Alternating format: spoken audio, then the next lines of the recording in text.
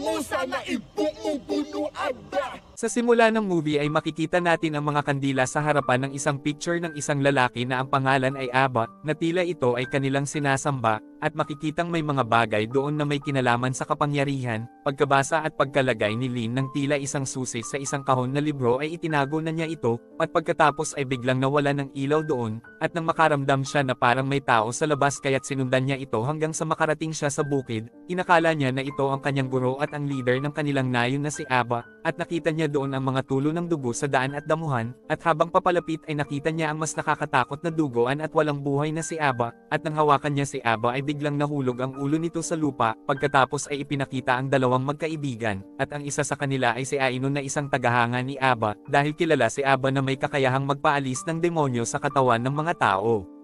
Gusto ni Ainon na maging katulad ni Aba kaya't kunwari niyang ginagaya ang panggagamot nito sa kanyang kaibigan na si Rini. Pagkatapos ay sinabi ng kaibigan nilang si Bagas na kung gusto niyong mapaalis talaga ang demonyo sa katawan ng isang tao ay kailangan niyong magdasal, at pagkatapos ay bumalik na sila sa kanilang tinutuluyang eskwelahan, at dito ay napanood niya sa balita na sinasabi ng mga tao na isang tagapaghatid ng mabuting balita si Aba, at mas lalo siyang humanga nang makita niya ang kakayahan nitong magpagaling at magpalayas ng mga sinasaniban ng mga diablo. Pagkatapos ay sinabi ng kanyang teacher na magdasal ka na at huwag mong masyadong pinaniniwalaan si Aba, dahil ang doktor lang ang may kakayahan na magpagaling sa mga taong may sakit, at sa nakaraan ay ipinakita si Aba, at makikitang may mag-ama na nakaupo sa labas, at sinabi niya sa kanyang anak na huwag kang mag-alala dahil magiging mayaman na tayo ngayon. Pagkatapos ay nagpunta na siya kay Aba, at inilagay na ni Aba ang kanyang isang kamay sa ibabaw ng isang kahon, at pagkatapos ay biglang sinaksak ito ni Aba kaya't nagdugo ito, at pagkadasal ni Aba ay bigla na lang gumaling ang malalim na sugat sa kanyang kamay, at nang buksan niya ang kahon ay nakita niya ang napakaraming pera sa loob nito, at sinabi niya na gusto ko pa ng marami, ngunit ngayon ay kailangan mo nang magbigay ng isang alay,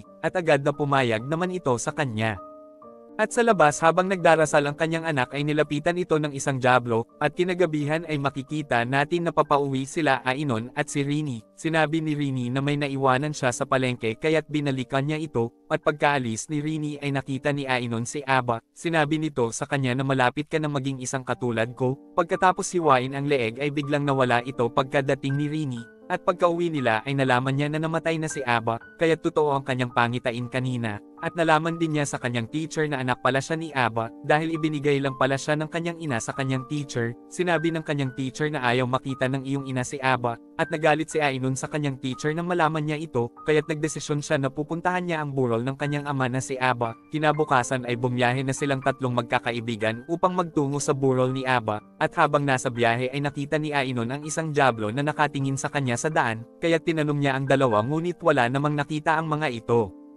At ilang sandali ay nakarating na sila sa bahay ni Aba, at nang makilala ay sinalubong siya ni Lin, ang lalaki na nakita natin sa simula ng movie. Sinabi nito na kung gusto mo ay pwedeng mong paliguan ang iyong ama, at nakita niya si Aba na may hiwa ito sa leeg na kagaya nung makita niya ito nung isang gabi, at pagkatapos niyang mabuhusan ng tubig ay inilibing na nila ito, at laking gulat at pagtataka nilang tatlo dahil nagdasal ng kakaiba si Lin sa puntod na kanyang ama. Pagkatapos ng ritual ay sinabi ni Lin na may iniwang isang bagay si Aba para sa iyo, at nakita ni Ainon na ikatlong asawa na pala ni Aba ang isang babaeng buntis na nandoon, at pagkatapos ay sinamahan na nito si Rini at Bagas sa kanilang kwarto. Tinanong ni Ainon si Lin kung bakit at sino ang pumatay sa kanyang ama, ngunit iniwanan lang siya ni Lin. Pagkatapos ay nakita niya ang isang diablo na nasa likod ng kortina at bigla siyang inatake nito, at ito din ang diablo na nakita niya sa daan kanina, at paglabas ay ibinigay na ni Lin ang libro sa kanya. Kung gusto mong makilala at malaman kung ano ang kanyang ginawa ay isasama kita isang gabi sa isang espesyal na lugar, at doon ay malalaman mo kung anong uri talaga ng tao ang iyong ama.